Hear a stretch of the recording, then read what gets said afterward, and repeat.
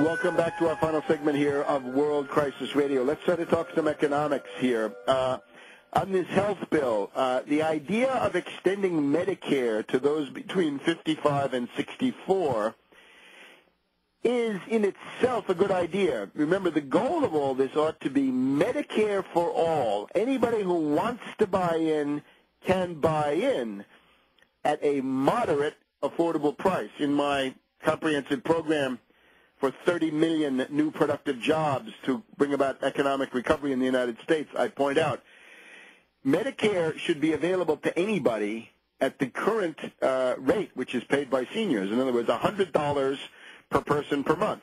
That's the Medicare premium. $100 per person per month. Discount for a family. Discount if you're unemployed. Discount if you're in poverty. Discount if you're a student. Other discounts. But generally, $100 a month. Buy into Medicare.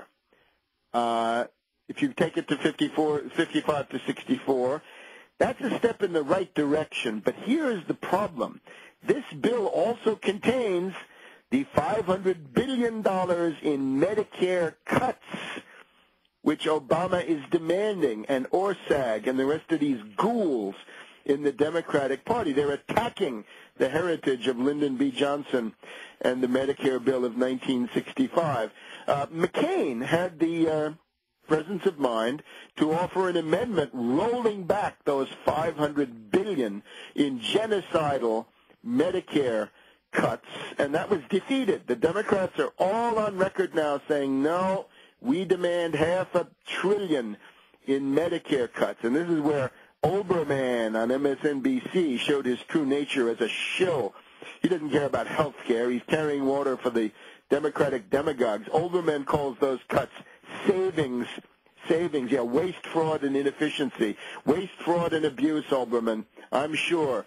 You cut $1.5 trillion out of anything, it is impoverished. So the inherent contradiction is you want to put more people into Medicare, and at the same time you want to take $500 billion out of it. This does not add up. What I propose, $100 per person you buy into per person per month. You buy into Medicare. How do you pay? Well, easy. You end the war in Iraq. You end the war in Afghanistan. You begin to thin out the bases and other military expenditures overseas. Although you do that gradually, nothing abrupt, nothing that's going to upset the apple cart and cause regional wars like South Korea. You want to leave most of them there, at least for the moment. Maybe Okinawa, not needed so much, and so on and so on. If the people want you to leave, then fine. But here's the thing. The Tobin tax, the securities transfer tax, the trading tax, the derivatives tax, the tax on Wall Street. We now have the British and the French. They want to tax bonuses. Yeah, fine. Tax bonuses, right? Windfall bonuses for zombie bankers.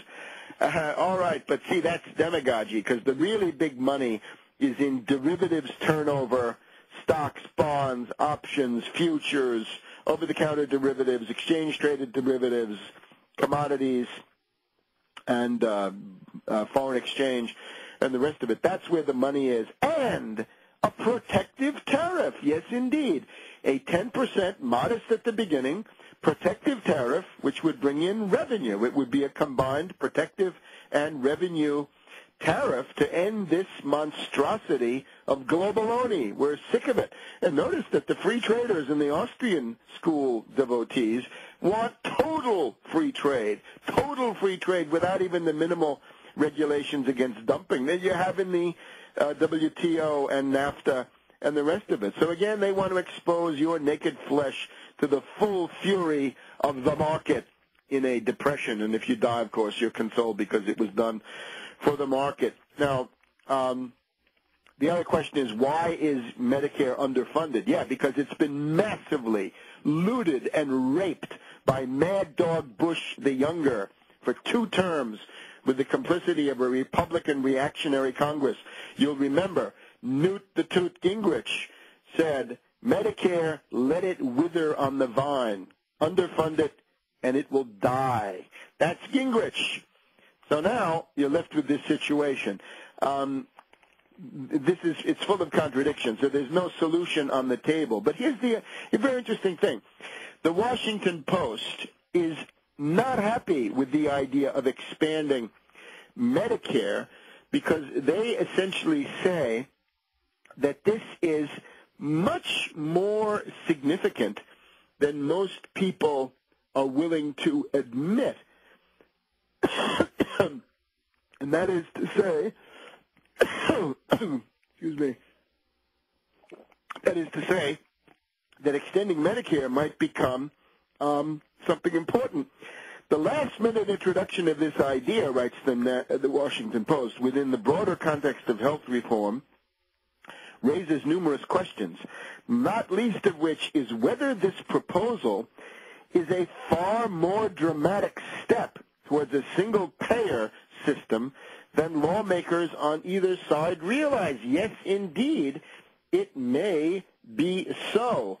And we've also got Henry Aaron of the Brookings Institution saying essentially the same thing, that this is much more far-reaching than many people seem to realize, that once you begin extending Medicare, this is actually more radical than the single payer. Remember, the single payer was a wretched excuse for the lack of Medicare for all. Here's what Henry Aaron says. This changes the game completely. It would be far more significant, potentially, than the kinds of public options that the House and the Senate have been reduced to considering. So, the big question is, you got to fund it. You can't have the Medicare reimbursement rates being at the current miserable level. Now, here's the other side of it. The TARP. Geithner was on Capitol Hill today, under fire, of course, because of his ineptitude and crony capitalism and all the rest of it. Goldman Sachs has paid back the TARP. We've got Citibank is in the process of paying back the TARP now, with the bailout, of course. And this is also Bank of America is in the process of, has paid back the TARP. But here's the thing.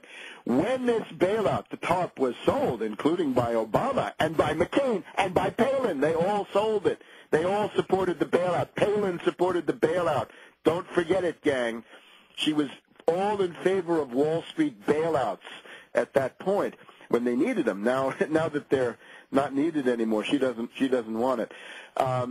The whole idea that was, if you save Wall Street, you're saving Main Street, because, of course, if you save the Wall Street banks, the story went, that will provide credit for Main Street. Well, now we see it's not true. These are zombie banks. They have no social purpose, no useful role in society whatsoever.